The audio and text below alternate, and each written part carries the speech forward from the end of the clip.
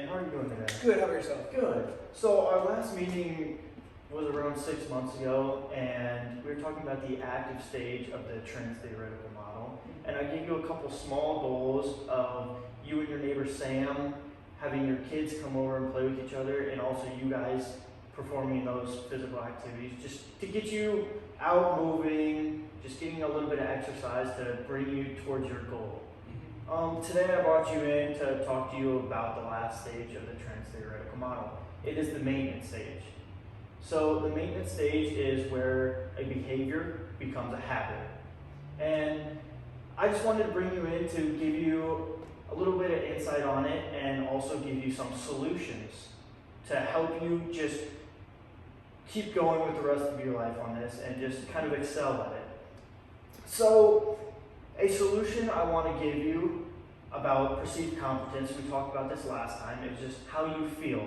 And a goal I gave you last time is to write sticky notes around your house. Are you still doing that? Yeah, I am. Okay, so I want you to take it a step further, and I know you're in a new relationship now. You have a girlfriend. Okay, congratulations. Thank you. So I want you to have her give you some feedback and just have her tell you about how good you're doing. So we can bring that perceived competence up a little more and not just from looking at sticky notes around the house. And then another thing we talked about last meeting was relatedness. And that's how we got Sam, your neighbor, into the mix, because he was a stay-at-home parent as well with a son.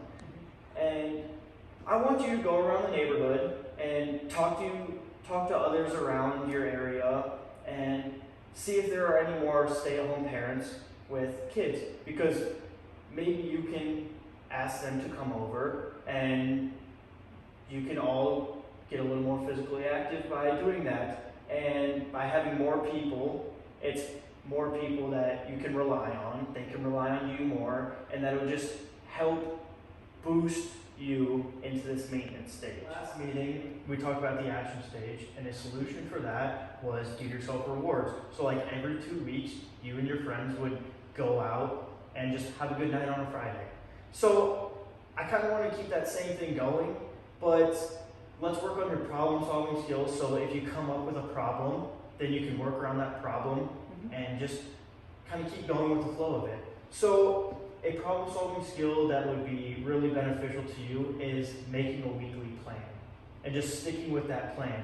Because if you're not making a plan and you're kind of switching it up day to day, then something can pop up. You might miss that exercise on one of the days that you normally do it, and then you might not get your 3 in. So one thing I really want you to focus on after you leave today is your problem solving of making a list. Maybe you and Sam together can make a list, or maybe you and the neighbors that you might find.